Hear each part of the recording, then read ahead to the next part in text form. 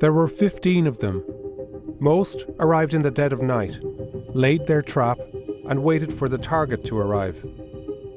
That target was Jamal Khashoggi, a prominent Saudi critic of his country's government and its young crown prince. He is creating an environment of intimidation and fear. Saudis are being silenced. Since his killing in Istanbul, Turkish media has released a steady drip feed of evidence implicating Saudi officials. Weeks of investigation by The Times builds on that evidence and reconstructs what unfolded hour by hour. Our timeline shows the ruthless efficiency of a hit team of experts that seemed specially chosen from Saudi government ministries. Some had links to the Crown Prince himself. After a series of shifting explanations, Saudi Arabia now denies that this brazen hit job was premeditated. But this reconstruction of the killing and the botched cover-up calls their story into serious question. It's Friday morning, September 28th. Khashoggi and his fiancée, Hatice Cengiz, are at the local marriage office in Istanbul. In order to marry, he's told that he needs Saudi paperwork and goes straight to the consulate to arrange it. They tell him to return in a week. It all seems routine, but it's not. Inside, there's a Saudi spy, Ahmad al-Muzaini, who's working under diplomatic cover.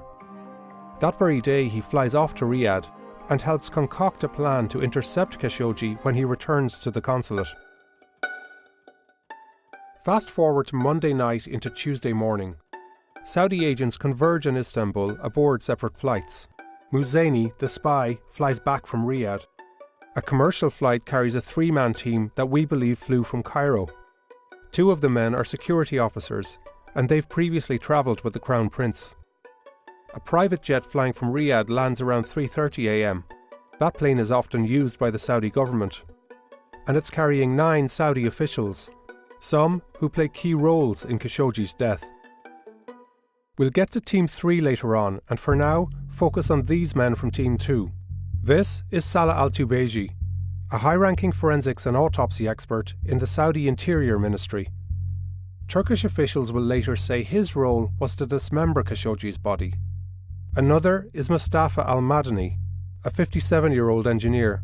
As we'll see, it's no accident that he looks like Khashoggi.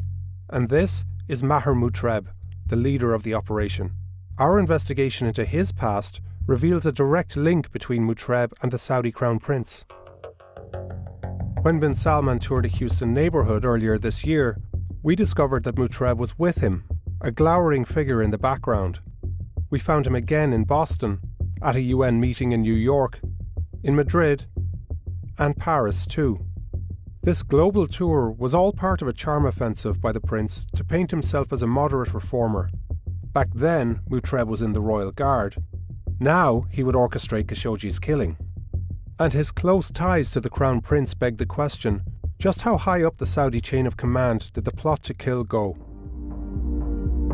Early Tuesday morning, Khashoggi flies back from a weekend trip to London. He and the Saudis nearly cross paths at the airport. The Saudi teams check into 2 hotels, which give quick access to the consulate. Khashoggi heads home with his fiancée. He'd just bought an apartment for their new life together. By mid-morning, the Saudis are on the move. Mutreb leaves his hotel 3 hours before Khashoggi is due at the consulate. The rest of the team isn't far behind. The building is only a few minutes away on foot, and soon they're spotted at this entrance. Mutreb arrives first. Next, we see al-Tubeji, the autopsy expert, and al-Madani, the lookalike. The stage is almost set. A diplomatic car pulls out of the consulate driveway and switches places with a van, which backs in. Turkish officials say this van would eventually carry away Khashoggi's remains. From above, we can see the driveway is covered, hiding any activity around the van from public view.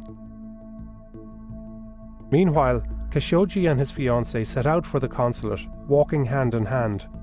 In their final hour together, they chat about dinner plans and new furniture for their home. At 1:13 p.m, they arrive at the consulate. Khashoggi gives her his cell phones before he enters. He walks into the consulate. It's the last time we see him. Inside, Khashoggi is brought to the Consul General's office on the second floor. The hit team is waiting in a nearby room. Sources briefed on the evidence told us Khashoggi quickly comes under attack. He's dragged to another room and is killed within minutes. Then, Al-Jubeji, the autopsy expert, dismembers his body while listening to music. Maher Mutreb makes a phone call to a superior. He says, "Tell your boss," and the deed was done. Outside, the van reportedly carrying Khashoggi's body pulls out of the side entrance and drives away. At the same time, the Saudis begin trying to cover their tracks. While Khashoggi's fiancée waits here where she left him, two figures leave from the opposite side. One of them is wearing his clothes. Later, the Saudis would claim that this was Khashoggi, but it's Al-Madani, the engineer, now a body double, pretending that the missing journalist left the consulate alive. Yet there's one glaring flaw. The clothes are the same, but he's wearing his own sneakers, the ones he walked in with. Meanwhile, the van that's allegedly carrying Khashoggi's body makes the 2-minute drive from the consulate to the Saudi consul's residence. There's several minutes of deliberations, but the van eventually pulls into the building's driveway. Again, it's hidden from public view. It's now 3 hours since Khashoggi was last seen. The body double hails this taxi and continues weaving a false trail through the city. He heads to a popular tourist area and then changes back into his own clothes. Later, we see him joking around in surveillance footage. Over at the airport, more Saudi officials arrive on another flight from Riyadh. They spend just 5 hours in Istanbul, but we're not sure where they go. Now we pick up Maher Mutreb again, exiting from the consul's house. It's time for them to go. Mutreb and others check out of their hotel and move through airport security. Al-Muzaini, the spy, heads to the airport too. But as they're leaving Istanbul, Khashoggi's fiancée is still outside the consulate, pacing in circles. She'll soon raise the alarm that Khashoggi is missing, and she'll wait for him until midnight. The alarm spreads around the world. 9 days later, the Saudis send another team to Istanbul. They say it's to investigate what happened, but among them are a toxicologist and a chemist who also has ties to the hit team. He and Tubeji attended a forensics graduation days before Khashoggi was killed. Turkish officials later say that this team's mission was not to investigate, but to cover up the killing. Now the Saudi story has changed, and prosecutors are seeking the death penalty for several suspects in Khashoggi's killing. But that doesn't include Crown Prince Mohammed bin Salman, who many Western government officials are convinced authorized the killing. Khashoggi's remains still haven't been found.